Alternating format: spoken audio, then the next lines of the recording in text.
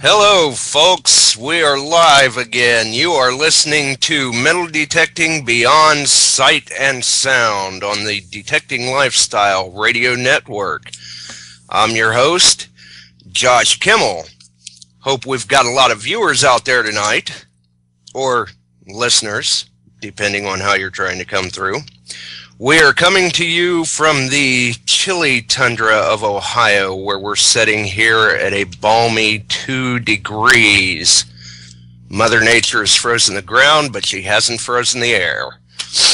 Our guest tonight is a very interesting guest. He's been in the hobby for more than 50 years. He originally got his start back in 1962 is when he picked up his first machine.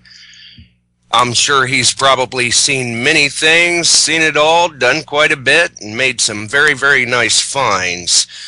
People refer to his basement as the museum and his house as the historical society based on the number of finds that he has made over the years.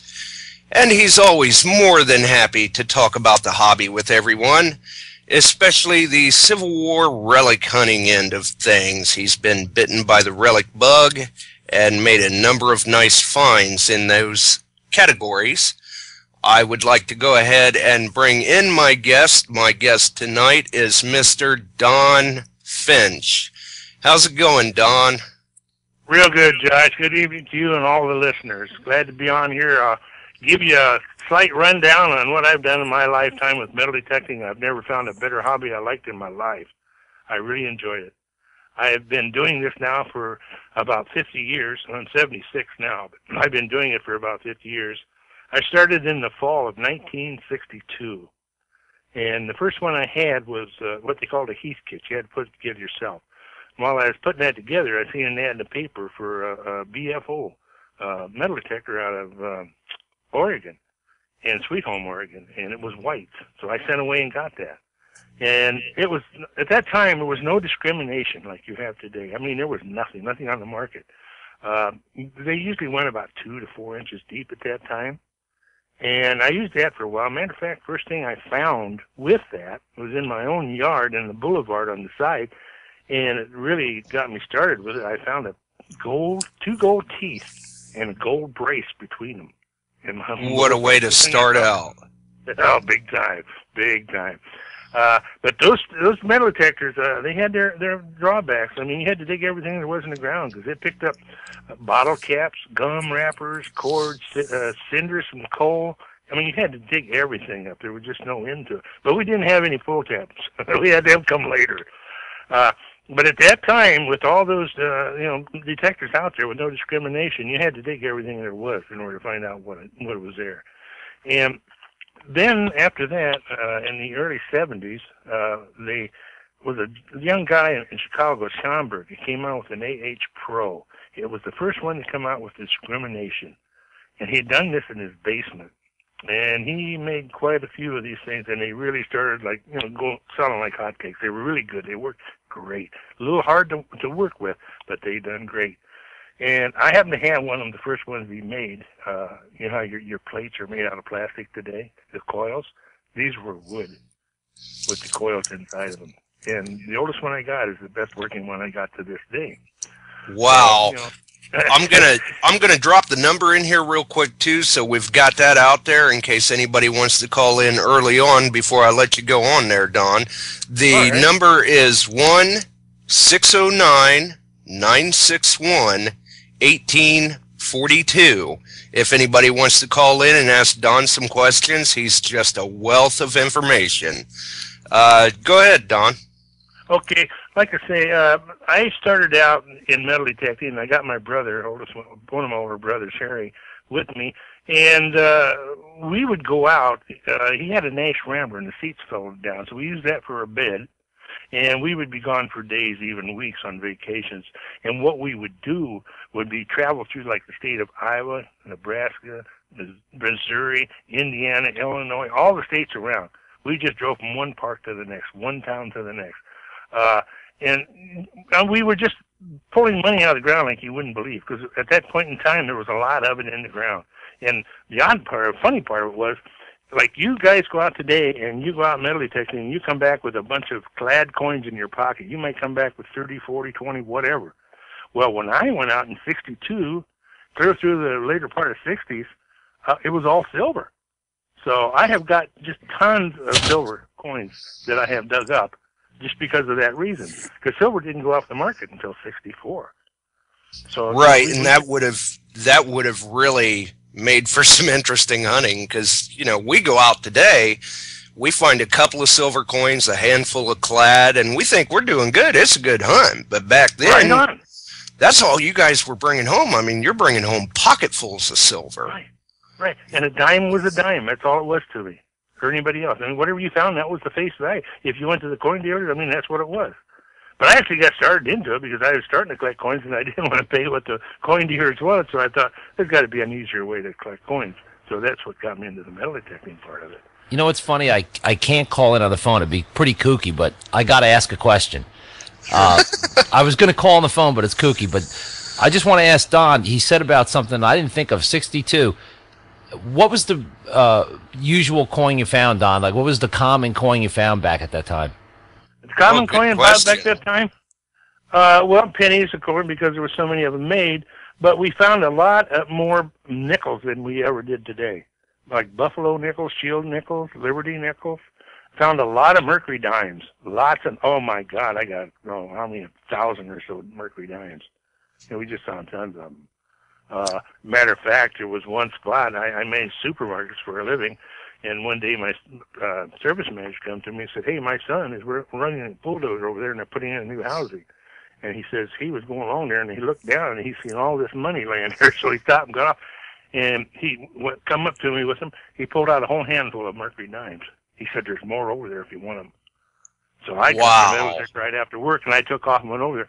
And what had happened was they were clearing off the land to build the homes on. It was up against the side of a house that they were going to tear on later. And somebody had buried a jar of dimes out there, and they were all mercuries. And he had hit that and broke it open. And I got 321 mercury dimes out of that one spot.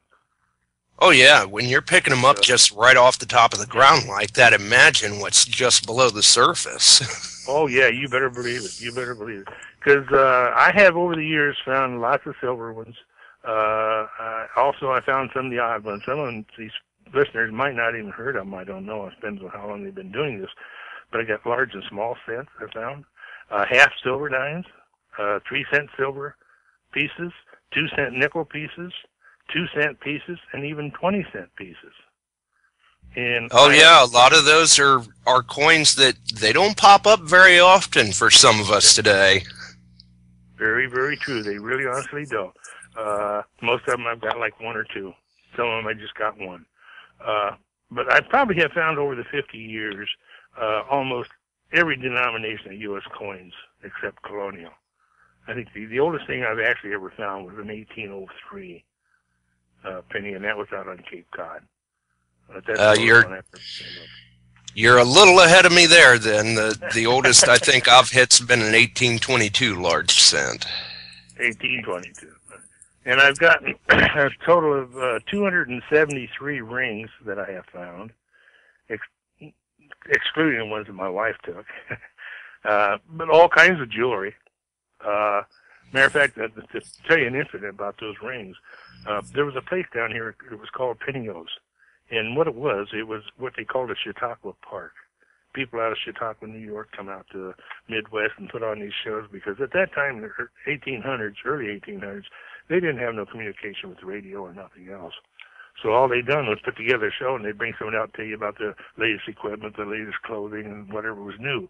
That's how they got the news around the country. And it drew a lot of people from far around the area. And then over the years, it turned out to be where they would go out there and have parties, like July 4th and celebrations like that. Well, we ran across this one called Pinio. And, boy, we were finding coins right and left. Matter of fact, the newest things we found for a while was Indian head pennies. And anyhow, in doing that, I finally came across a ring of 1922 or 23, can't remember the date. But anyhow, I found this class ring out of Clinton, Iowa. So we were sitting there and, if this guy that lost this ring is still alive, we can go to Clinton High School and find out if he's still alive and get to him and have him come down and show us where everything's at. Oh, that's great. So that's what we did. We went to Clinton High School and found out that Clinton High School burned down and so all the records. So we went to see a guy that we was talking to, the principal. He says, well, I know a guy graduated. He owns a bank downtown. He told us who it was, and we went down and talked to him. And he looked at the ring. I thought it was a girl's ring. It was so little. He said, well, yeah, I know who that is. That's Joe Smaltz. I said, Joe? He said, yeah, that's Joe Smaltz, a little guy. So he told us where he lived, and it turns out that he only lived about a 3/4 of a mile away from this Penny Hills Grove. Oh, so he was still in the area. Yeah, he was still in the area. He was like in his 80s at that time. Oh, wow. So we got a hold of him and told him we'd meet him out there on Sunday after church, and he's kind of, yeah, I don't know you guys. I said, well, this is all up in, Indiana. I said, I got something you're really going to be happy to get back. So he came out, and I gave it to him, and he almost had tears in his eyes, and I gave it to him because he never knew it. He thought it was stolen out of the house, years previous to that. And when I showed him where it was at, he was standing there looking at it. He says, oh, I remember now. He says, I was throwing balls at the baby dolls. He said, they'd stack them up like 3, 2, and 1 high, and then we had to knock them all off with one throw. He says, I had that ring come off at that point in time. He said, it has to, because that's exactly where this tent was at. So then he showed us where all the concessions were, where the Chautauqua part of the speaker area was at, and where they had all the parking and stuff like that. And we just, oh my goodness. Well, so it gave you the inside scoop then on the location of everything. Right on. And we told him, Michael, please don't tell nobody where this is at, because we'll have all kinds of guys out here hunting this thing. Oh, okay, I won't tell anybody. So what did he do? He went home and told one person, his sister. His sister lives in Clinton, Iowa, and she went and put it on the newspaper, and it wound up on the front page. So needless to say, after that weekend, it was wide open for everybody. Today, if you go there, it's all housing now. They turned it into housing. But she put it in the front of the paper, and everybody and her brother started going out to hunt. Oh, so we got a lot of it out there quick. Oh, yeah.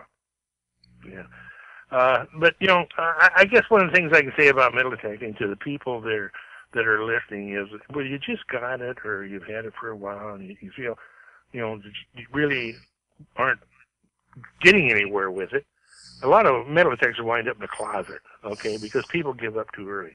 The metal detector, it's careful, you paid $500 or $200 or $1,000 or $1,900 for it. You got to learn what it's telling you. You got to read it, the instructions, and really get it where you know what it's telling you, because it'll work. I've had from this undiscriminate BFOs clear up to the ones that show me what's in the ground, pictures of it with the whites, and it's just a matter of learning what the machine is telling you, and then you'll start finding money with it. And that does bring up a good point, then, because you do have to put the time in to take the time, be diligent enough to learn your equipment, because if you don't know what that machine's telling you, you could have the best equipment around, and you're still not going to do very well. Exactly right. Wind up in the closet and stay there, okay? Yeah, you just got to stick with it and learn what it's telling you, because it will find stuff for you. I guarantee you that. Oh, yeah, absolutely, and patience does play a part in it. Oh, yeah, big time, big time. And I'd say today, for anybody that's out there that's just starting in and we're, not that long into it, rather than going to parks that's been hunted, pretty well, go to people's houses. But always get permission. My God, always get permission. And remember, always get permission, and always leave the ground just like it was when you got there. Don't leave big divots or big holes in the ground, because it's going to it'll kill the hobby. It really will. Yes, it will. Fill the holes, take your trash, do it the right way, get the permission. And I like to tell people, too, especially for those that are just starting out, the best place to start is in your own yard. You never know what treasure could be there, and it gives you the time and the ability to learn the proper way of digging, the proper way to cover your holes and stuff like that, because as I like to put it, it's the work that we do that people don't see that keeps that good word going around and keeping us to where we can get into different areas like this asking permission, because they'll say, yeah, look at my yard. I can't tell you where he's been. That's right. That's right. And once you've dug and you put it back, even though you might see a little dirt, in the grass still there, but you see a little dirt showing, and it's not next to it like that, but just where you dug, as soon as it rains or any water gets on it, it's gone. You can't find it for nothing.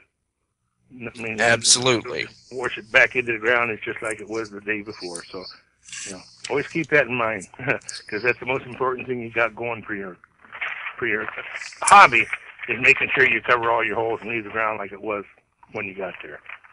And I don't care where that's at.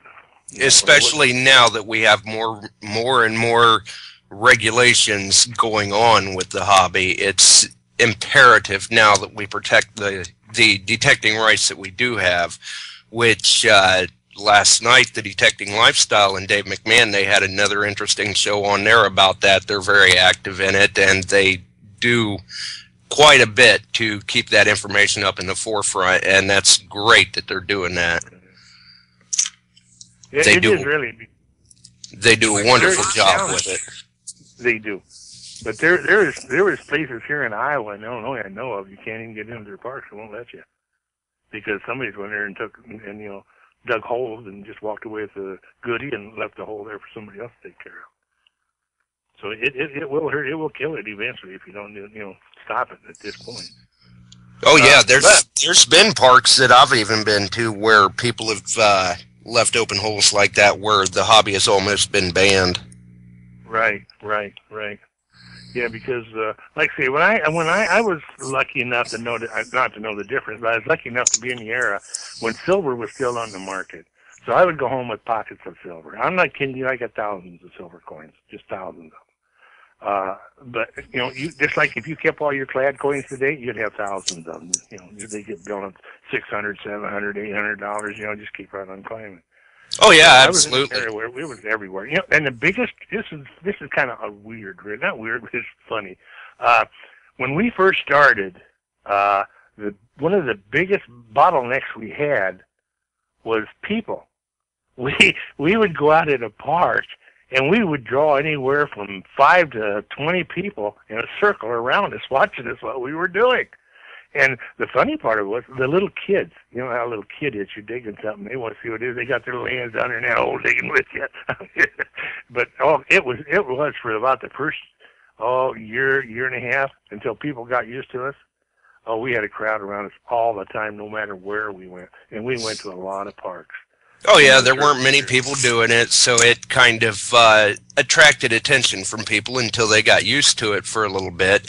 I'm going to drop the number again. It's 1-609-961-1842, and then I'd like to move on into another area there, Don. I know that you had mentioned you had hunted for coins and jewelry for a few years.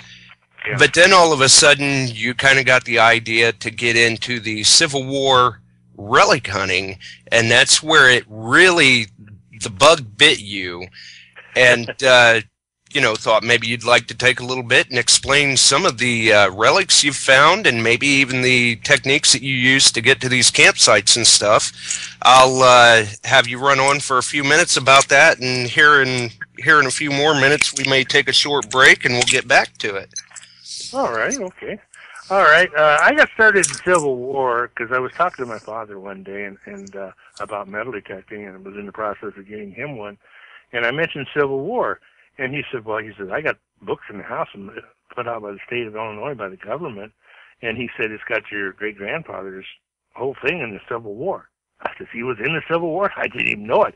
He said, well, yeah. He said, he's 124th Illinois Infantry. And he said, this book will tell you, you read about it, tells all about his battles and his traveling throughout he was in the Midwest area here, all through the Western Theater here. And so not only was this a chance for you to get into relic hunting then, it was also kind of a trip through your own family history. Oh, yeah, that's what it was. I thought, well, it'd be nice just to go out and get stuff from each battle and maybe campsites that I could find that he would have been in to represent him and being in the Civil War. And I tell you what, I done it. I started it. And once I started it, I didn't stop. I couldn't stop. I loved it very, very much. It's really fascinating. Some of these listeners out here probably have done it, but if you've never done it, it's just like finding a 50-cent piece in the ground.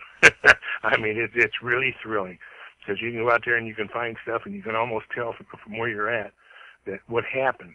If it was a cannon site and a bunch of fragments of cannonballs were around there, and you'd know that somebody had got blew up. There was just on top of the ridge, and the whole front of the ridge is all full of mini balls. There's people on top of the hill shooting down and people on the bottom shooting up at them. you know, and you can just tell from one spot to the other a lot of times what they have done. The Civil War itself, oh God, I don't know, we have been traveling all over the Western theater here mostly. I have been all over out east too, but I didn't hunt all the battles out there as much as I had back here in the Western theater. Like say I managed a supermarket, and I'd have like 6 weeks a year, and I'd try to get like half of them, and we'd take off and go down to a different site and hunt for Civil War artifacts each year. So you made sure you weren't wasting your time. You were out there digging them up. Right, and that's one of the most important things, what you just said.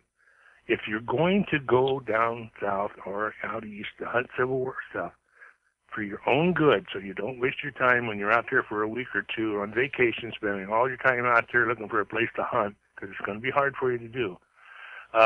Try to dig into the library. It's a good place to go. Get a hold of the regimental books that they got from the outfits that was in the area you're going to go to. They have also got maps that was made up during the Civil War by the soldiers, by the engineers. I mean, it's a whole book. It's probably 2 by 2.5 foot big book with all the battles on them, and it's all maps of everything. But what I would do, I would take those maps and compare them to today's topographical map. Topographical maps never change. Very little. Right. So if you transfer it over to a topo map, and when you go there, you follow that creek or you follow that road or whatever it is, and you're going to get to where you want to go to. So it makes a big difference. Otherwise, you just spin your wheels going out there trying to find someplace to hunt, and you're halfway through your vacation, and you get to hunt maybe 1 or 2 days or something like that. But we always knew where we was going, because I studied during the winter to where I was going to go in the spring. So I knew when we got down there, we had hunting time every day we were there. Every year that I done it, I got poison ivy, and that goes with the territory, because when you hunt Civil War stuff, you're up in the mountains, or you're in the hills, you're in the hollers, you're out in the fields, you're by a river, you're by creeks. I mean, you're everywhere. But again, when you go down, make sure you got permission. Don't do it unless you got permission to go out there where you're at. Right, and especially with the Civil War hunting, that kind of brings in another thing where you've got to make sure you know your local laws and regulations too, because some of them places you can get yourself in some hot water. That's so true. If you're going to go anywhere in a Civil War battlefield, do not hunt on any Civil War battlefield with a metal detector. Don't even talk to the ranger about having one in your trunk or anything else. Don't even mention them, okay? They do not want them. They do not allow them. I'll give you an incident that happened. This was back in the 80s. A couple of guys from Vicksburg. I went into Vicksburg from Louisiana, coming across the river at night with a pickup truck and their detectors, and they was in there merrily digging up the artifacts right in Vicksburg, which is not allowed. It's owned by the state and government. And they were caught by the Rangers. They took them to jail. They took their truck. They took their detectors. They put their bodies in jail, and they gave each one of them a $10,000 fine. So that was back in the 80s. So God only knows what they do to you today. They even got to the point where so many guys were trying to do it at that point in time. They would take little steel ball, lead balls, and throw them all over the parks. So if anybody did get in there, they'd drive them nuts trying to dig up those little ball bearings all over the park. But do not go there with the idea of hunting on the park. Because what you got to realize is that battlefield that you're going to hunt, let's say it's Shiloh, Tennessee. Okay, Shiloh takes the heart of that battlefield and turns it into a park. That battle could be 5 to 10 miles wide on each side and anywhere from 10 to 50 miles deep on the other side. So there's all kinds of land to hunt there. But if you take the time and find out where you want to go before you get there, then you're okay. You know, you won't waste all your time being down there. But do not use a metal detector on a battlefield. Don't even think about it. Right. Those fines are very, very stiff. They are, really. And I think they probably hold more today than what they even did then. Because that stuff, Civil War stuff has become so expensive, especially Confederate stuff. They never had that much to start with. So, right. You know, people go out there and find a Confederate CS belt buckle, and you're talking, $500 or so, $200. Oh, yeah. Whatever, depending on what shape it's in, even better than that. Oh yeah, and some of the Confederate buttons and like the engineer and staff yeah. buttons and such, as long as they're in condition, dictates price so many times in those situations. The nicer it is, the more it is, and that really entices the nighthawkers. Yeah, because if you have an idea of doing any Civil War hunting like that, you can go to the library. They'll have maps and they'll have regimental histories, which is really good to find out where the guys were at and where they camped at and such. There's a set of what they call the official records, 127 volumes. I got a complete set of it. It tells you everything beginning of Civil War to the end. So if there's ever any questions about where you're going and what you want to do, you can go to the library and dig out those records and pinpoint right where you want to do it, and anything was said about that spot. Right. I have been able to do some research, but sometimes research isn't necessarily my strong suit, especially with, like you mentioned, 127 volumes. For me, it's a little difficult to read at times, and that's just a lot of reading. Yeah. But I do still try to get out and do what research I can.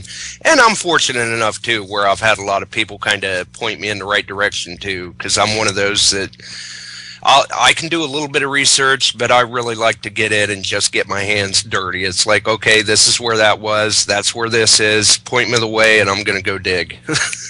Right.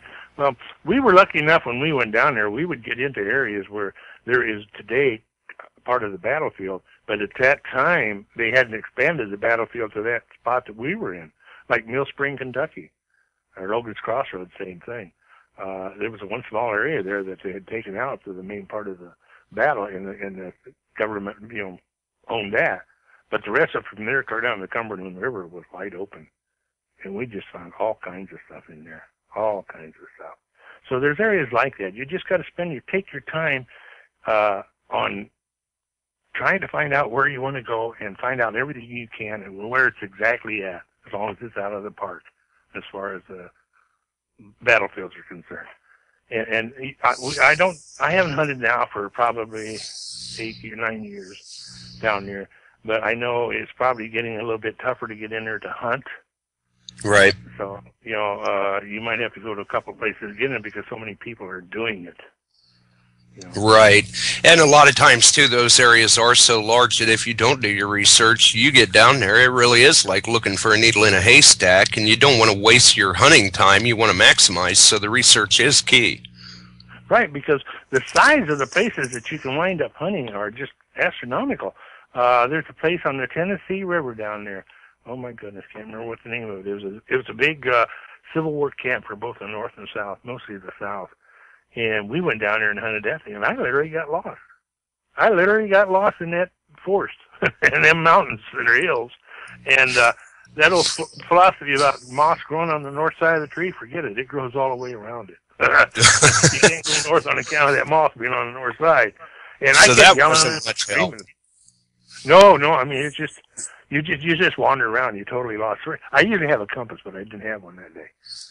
And I kept screaming and yelling, and finally the two guys who I was with, I heard them in a faint distance, and I kept following their voice and come up to them. Here they are sitting on the edge of a creek-type bank there. And I walked up to them. The first thing they said to me, "You know where we're at?" Oh, my God, we're lost again. But we finally found our way out of there within about a half hour, 45 minutes later.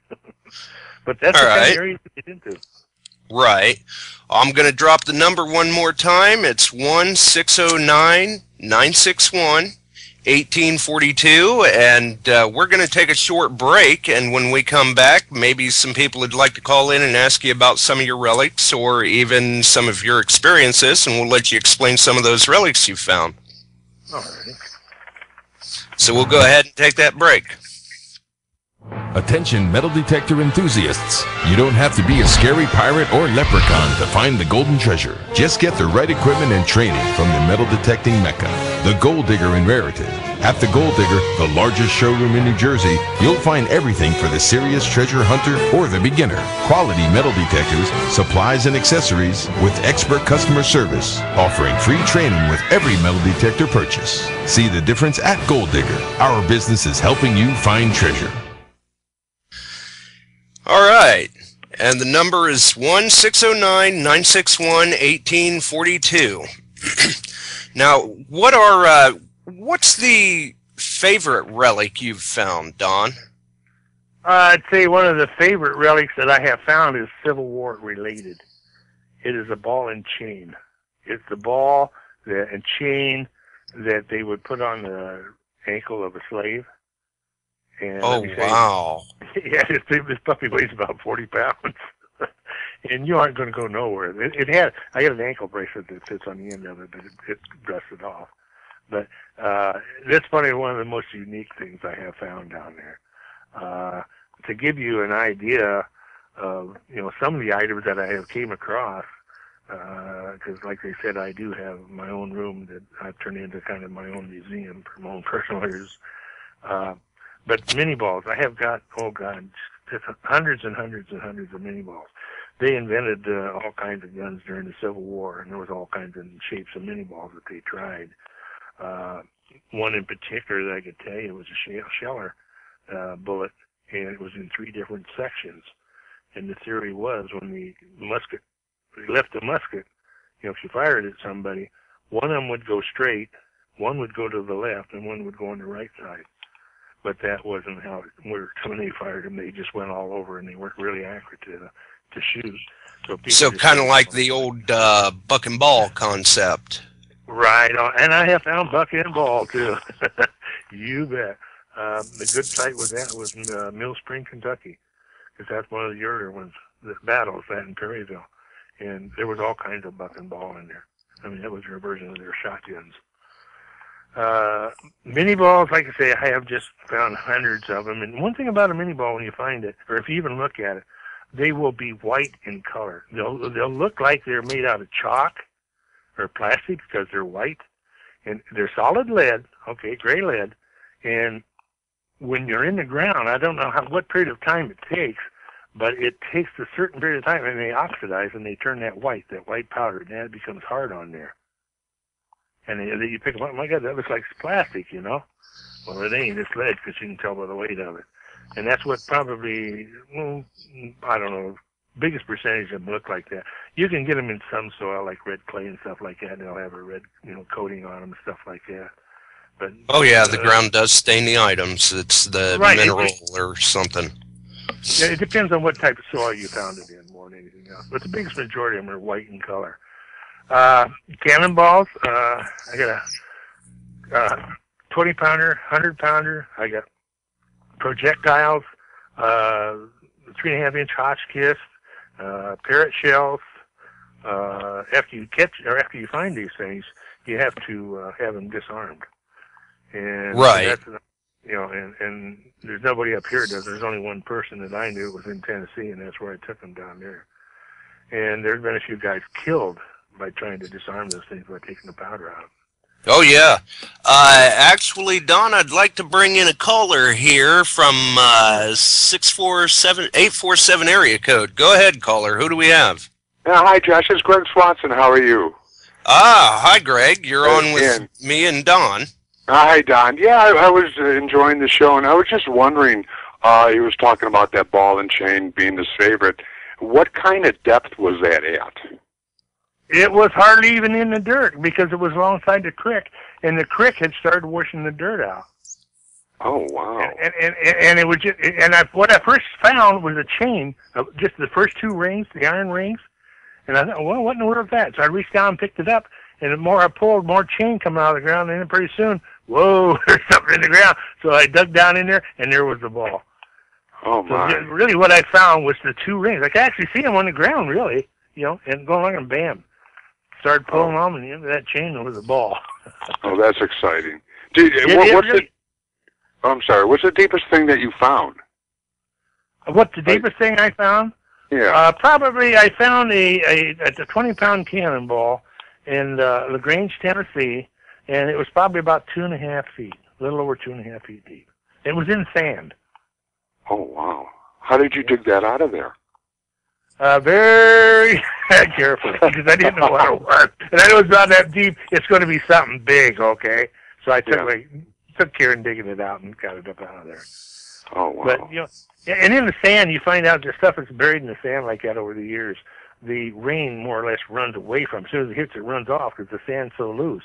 Where if you put it in regular soil, dirt, you know, it'll soak up, the dirt will soak up the moisture and hold it around whatever the object is, and more rust it up a lot more than what it would be if it was in sand. So it turned out pretty good, really. But that was it was so exciting to dig it out of there. It really was. Oh, I understand that. Well, I'm sitting here enjoying the show, and I'll let you keep talking. All right. Thanks for calling. Thanks for the call, Greg. No problem. Have a great night. You too. That does bring up a good question with these projectiles and other munitions that you've found, especially the ones that have had to have been disarmed. Have you went through a restoration process with them or anything? No, what I actually done with him, I took him down to, like I say, to Tennessee there. What's the name? He's got his own shop. It's down by Murfreesboro. Oh, Larry Hicklin. I took him down to him, and he disarmed them for me, and we cleaned them up. And, you know, I painted a couple of them just to keep the air. Because what happens when you get them out of the ground, they look really deep when you get stuff out of the ground, okay? But then after you have them out of the ground for so many years, the air gets to them, and they start to rust. Right, you've got to seal them out of that air, or the air will continue to deteriorate. That's why I wondered if you had taken them through a restoration or not. No, cleaned them up any. Yeah, I cleaned them all up, and I still got a couple more to paint yet. But you can spray paint them whatever you want, just so you got something coating there to where the air can't get to it, and it won't rust quite so quick.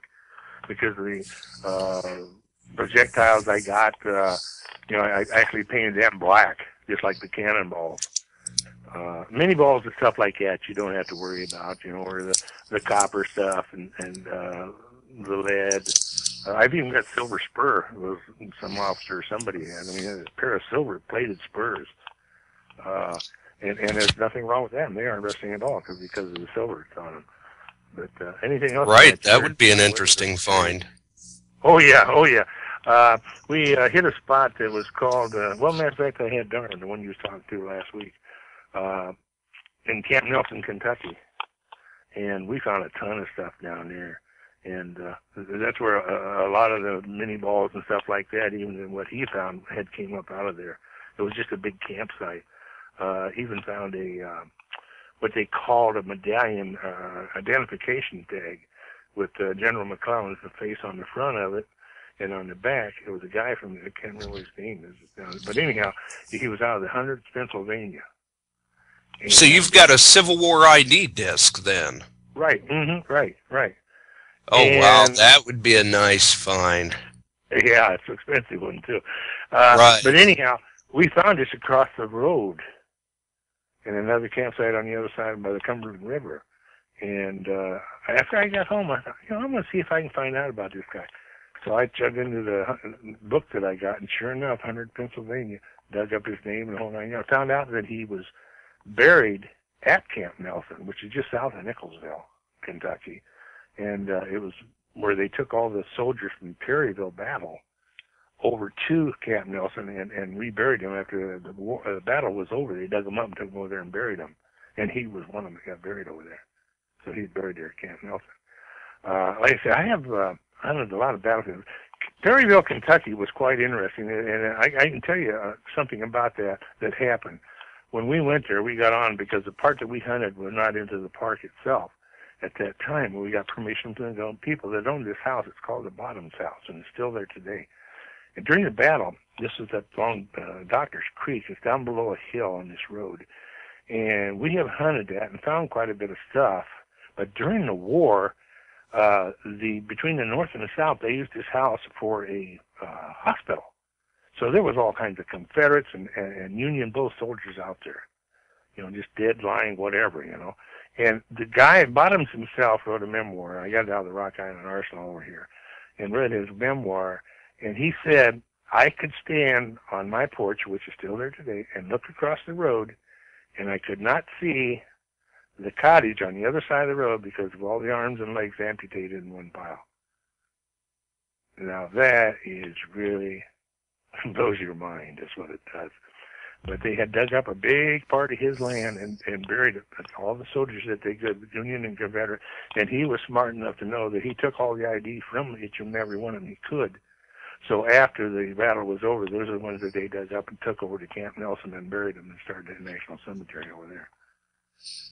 Well, it's great that he went through and did the documentation that he could, and it sounds like that would have been a very interesting book to get a hold of. How did you find out about it? Just reading. Just reading, coming across, seeing some, especially out of regimental histories. If you know an outfit that's been through, they'll make mention of things that happen. Oh, I see. It just blew my mind when he talked about the arms and legs in one pile. And like I say, we hunted there with permission. Today you can't do it because it's out of bounds now because the government owns it now. But we found spots up in there where they had another hospital up further north than his house, and it was on top of a hill, and you could see where the encampment or the embankments was, where they had a cannon placing shooting down at the Confederates. Union was, and they just blew them all to pieces. There was all kinds of cannonball fragments, projectile parts all around that place, all over. So you know that they just wiped them out with cannons.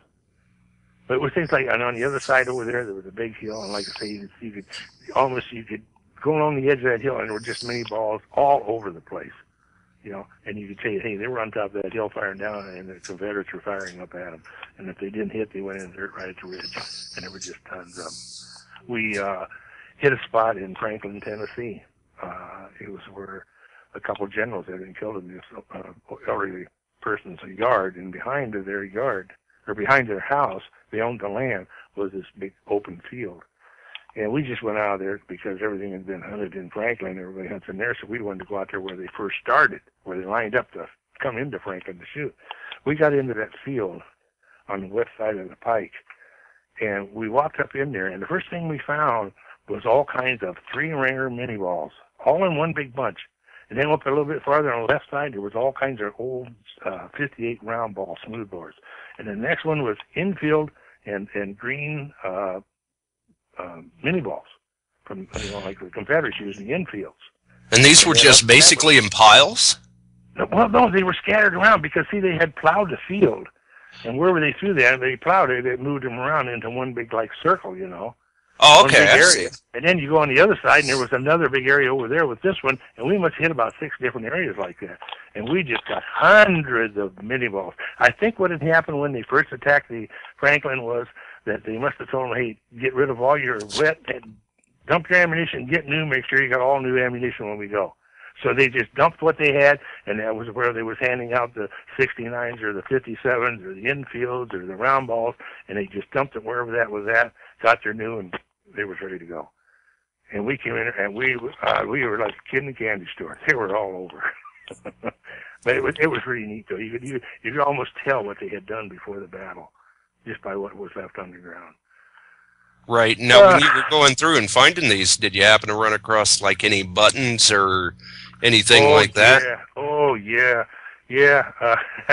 Yeah, we came across cartridge box plates, which was fit on the front of the cartridge box, U.S. Had the breastplate that felt on the strap going across their chest, which they didn't like. And we also come across quite a few U.S. belt buckles. But there was no Confederate belt buckles found here. But where the area was, it was all lined up with Confederates. But we didn't find hardly any.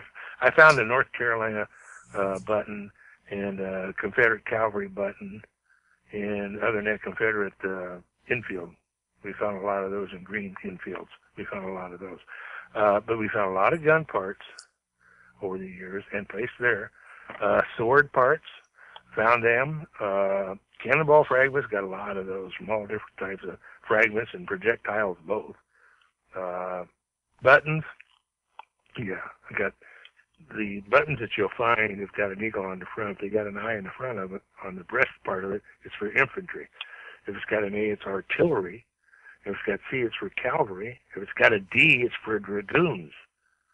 And there's a couple more that I don't have that I really couldn't tell you about. But each one of them. Right, E for engineer and so on. Right, there you go. Right on, exactly. But those dragoon buttons would be nice.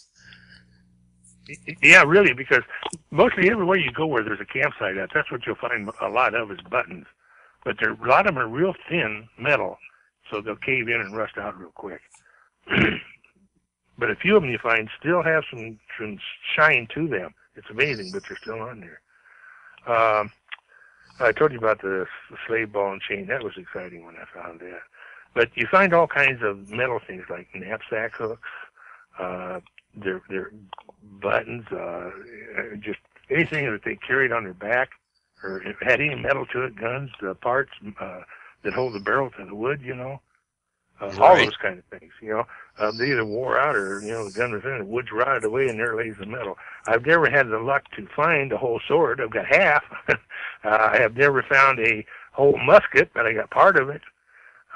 It just, sometimes when you don't have a whole lot of time, you're happy with what you get. But right. Half and parts are more than what I've got for that sort of stuff. Civil War relic hunting's always intrigued me, but I've never had the opportunity to try my hand at it yet. Well, if you ever do, it's really exciting. I mean, it really is. I mean, you can just go down there and tell what's happened, You'll find two kind of mini balls. One is one that we call spent. That means it's been shot and fired or hit something. Some of them you can tell when you find them. I've even got them where they got print from clothing on it. It looks like, like a print if you shot into a shirt or a jacket, little squares, all the way down through it, like it hit cloth. So 9 times out of 10 it probably did hit. Something went right on through. Those mini balls that they shot, though, a 57 and 58 were about the same caliber. They could be shot in either the Enfield or the Springfield that belonged to the Union and Confederate both. Or they had 69 and 72 calibers, which is as big as your thumb. If those puppies were shot and hit you, it would probably take your arm off, your head off, where it would hit, it would just rip it off. I mean, those things were big. And when they hit at that time, they were soft lead. They were not hard lead like they are today when you find them. They were a real soft lead, and they would just flatten out. I got a lot of them that's flattened out that's twice the size of what they were when they were first fired. Wow. They do a lot of damage to you. And I live in Iowa, and about the closest one we got around here is in Missouri, which was quite interesting because if you looked at the battles that was in all the states, Virginia is the number one with all the battles and skirmishes the most, and then Tennessee comes in second, and lo and behold, Missouri's in third because of all the skirmishes they had there. I mean, half the state was north, half of it was south, so they fought all the time. They just had hundreds of skirmishes there, and that was a hard state to hunt, too. But it was a lot of fun, though. But I would say overall I've been to, in the Western Theater, I've been to just to name a couple of them here. Pea Ridge, Prairie Grove, Arkansas, Athens, Missouri, Perryville, Kentucky, King Springs, Mill Spring, Kentucky, Nashville, Tennessee, Spring Hill, Liberty Gap, Chattanooga, Vicksburg, Meridian Raid, Jackson, Port Hudson, Champion Hill, Spanish Fort, Iuka, Murfreesboro, Gettysburg, Harper's Ferry, Sharpsburg, Bruinsburg, Mississippi, Timberville, Virginia, Newmarket. Oh, God, been to a lot of them. And, it sounds certainly been everywhere. I have spent the last 40 years in quite a few different places. But I mean, what it's like finding stuff from the Civil War is like finding coins here. To me, that's what it was. I mean, I find a silver quarter here. I get the same thrill when I find a mini ball, 58 or 57 or a round ball, whatever it may be.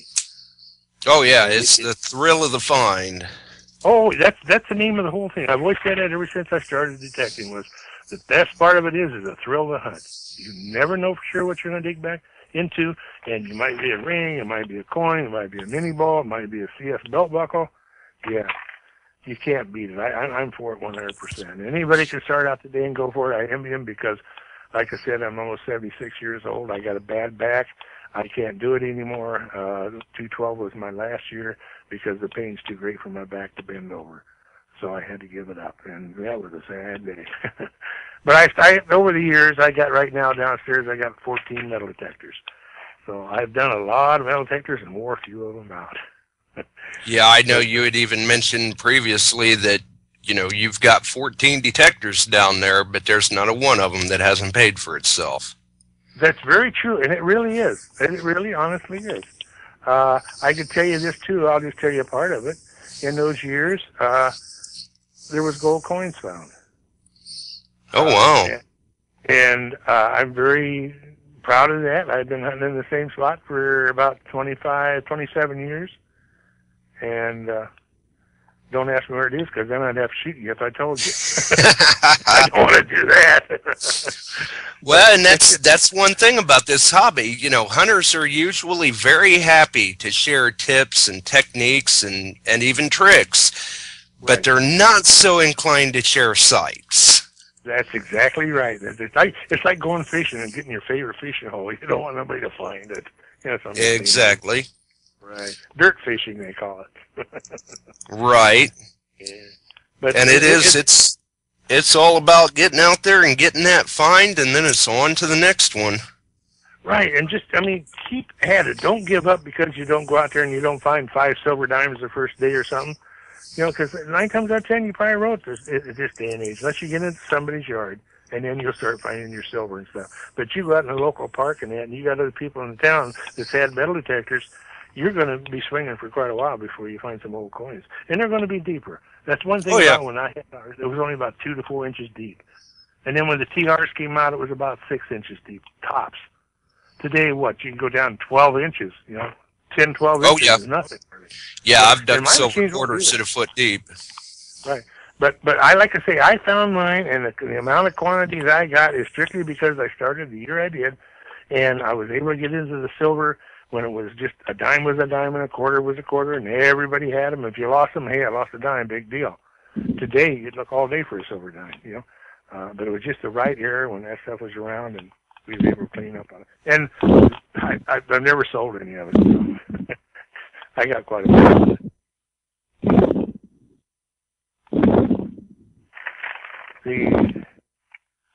Let's see. You still on there, Josh? Yeah, Josh, you there? Your microphone's off, Josh.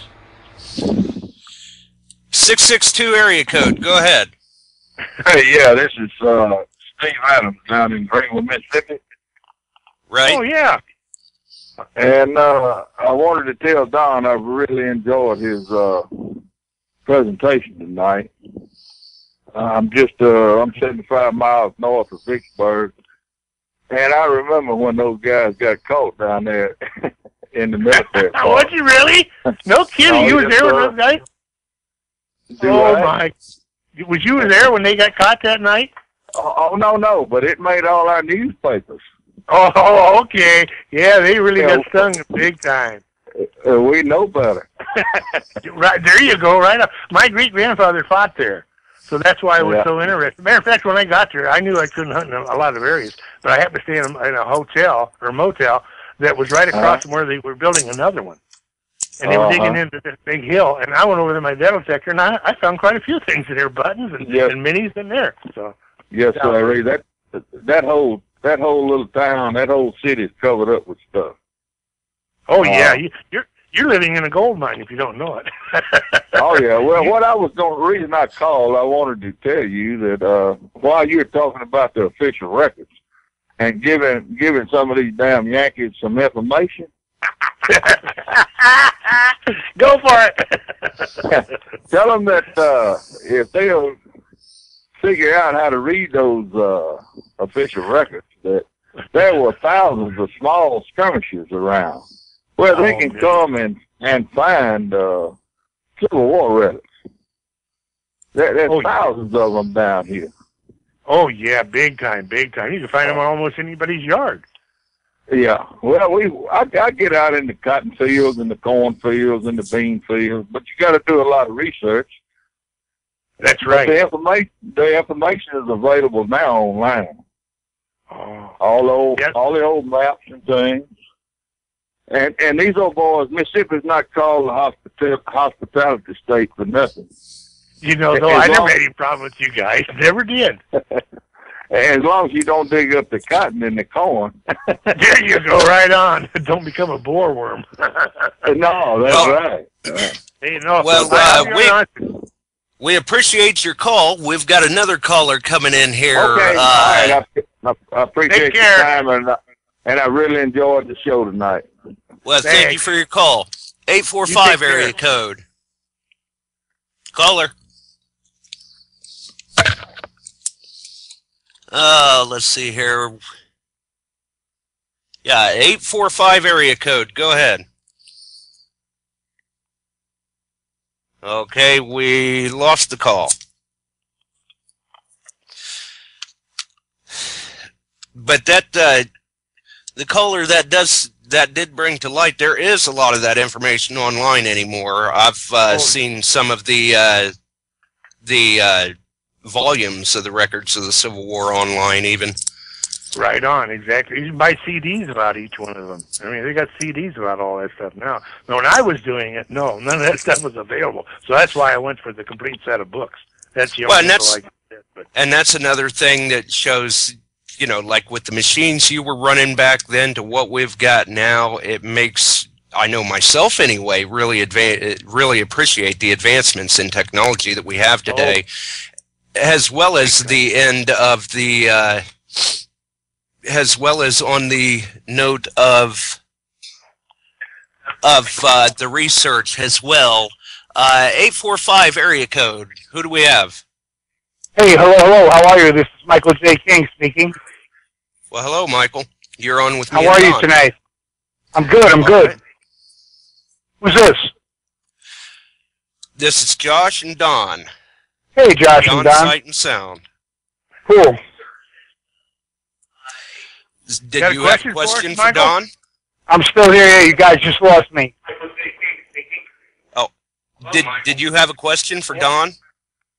I'm good. Yes, I am. Okay, can you turn your radio down first? Sure can. Hey, Josh and Don. How's that? Yeah, as long as the radio's off, that just adds confusion hearing ourselves. I'm sorry about that. Okay, go ahead with your question. Hey, hello, guys. Hi, David. Hi, Don. How you doing, Michael? Well, we're doing pretty good here. I'm out of Connolly, New York, which is based just south of Kingston, New York, where the English came up the river and bombarded our forts and, ran amok here and burnt everything down. I was wondering if you did any, northern searches. Any what kind of? Any searches up in the north? Oh, I've been to Cape Cod. But we went through New York. My wife got so scared going through New York, I had to leave. She was crying so bad. But yeah, I hunted Cape Cod and was up in Maine a little bit. But that's about all I got up in the northern part. Gotcha, man. Well, I'm pretty fortunate to live in an area that's very rich in history, you know. I was wondering also if you knew anything about the Dutch Schultz treasure or anything out of the Shawangunk Mountains. Be honest with you, no, it don't ring a bell, really. There's a lot of them around, but those two don't ring a bell at all. It doesn't ring a bell with me either. You live in a very good area to find old coins. I mean, yeah, that's what I'm being told, you know. And as a newcomer, I want to thank you guys for setting the code of ethic for me, man. You know, cover your holes up and pick up the trash. That's great stuff, and I appreciate that. Yeah, that's. I'm sorry. Come back with that. Go ahead, Don. You were going to say? Well, I was going to say he lives in an area where you can find old coins. I mean, older. I mean, we think middle 1800s. I mean, they're going back into the 1700s even. So they're sitting in a spot where they can go out to the yards out there, just like we do here, and come up with some fantastic finds, big time. It's very exciting to me, Don, and thank you for sharing with us tonight. Hey, that's okay, Michael. And thank you for the call, Michael. Hey, you're welcome. Good luck on your future hunts. Okay, Don, we're reaching the end of our show here. I'm going to give you an opportunity to maybe plug your Treasure Hunter Club if you'd like, and I'll go through my little thing and we'll get on out of here. All righty, fair enough. It's been a pleasure. Okay. Would you like to mention your club or anything? Yeah, I am a owner or starter of the I&I Treasure Club here in Illinois and Iowa, right on the Mississippi River. And so it was between the two sides of us. We started this club about 43 years ago. And we get anywhere from between 40 to 80 people that belong to it. I think we're close to 80 right now with most members. But it's really nice. If you live in an area and you don't know too many people that detectors. It would be nice to start a club like this. It's not hard to do. You just have to get 2 or 3 people together and then put a few ads in the newspaper, and you'd be surprised how much it spreads by mouth. And pretty soon you're able to start your own club. We've had 3 or 4 of them start here within the last couple of years. So that's great. Really, camaraderie. I mean, the camaraderie is just unbelievable with them. You have hunts, you have contests, and you have picnics and everything else. I mean, it really turns out great. So anybody can do that. It'd be super. All right, and that's what it's all about. It's like-minded individuals sharing a passion for the hobby and keeping it in a great light. I'd like to thank you for taking the time and joining us tonight, Don. It's been very interesting speaking with you. It's been a pleasure. I enjoy doing it. I really do. I hope I'll help somebody out a little bit, in their hunting. And I hope so too. I'm sure that's what it's about, is keeping them motivated, getting them out there and inspired to make those finds. Don't get discouraged. Because there's only about 40 days of Christmas, or 40 days of winter left, so it's in the near future. That's right. Well, I thank you for calling in tonight and speaking with us, Don. We'll catch you another time, and we'll definitely be in contact, sir. All righty, Josh. Thank you. Take care. You have a good evening. You too, sir. All right. That was Don Finch, 50 years in the hobby, a lot of experiences there, and I'm your host, Josh Kimmel. That's still a little odd getting used to. I'm still trying to get used to that, folks. But this was Beyond Sight and Sound, and you can check us out on the Facebook group, Metal Detecting Beyond Sight and Sound. You can check our domain, Metal Detecting Beyond Sight and Sound. And while you're on there, make sure and check out the detecting lifestyle too. Tune in next time for another chance to go beyond sight and sound. I'm out of here.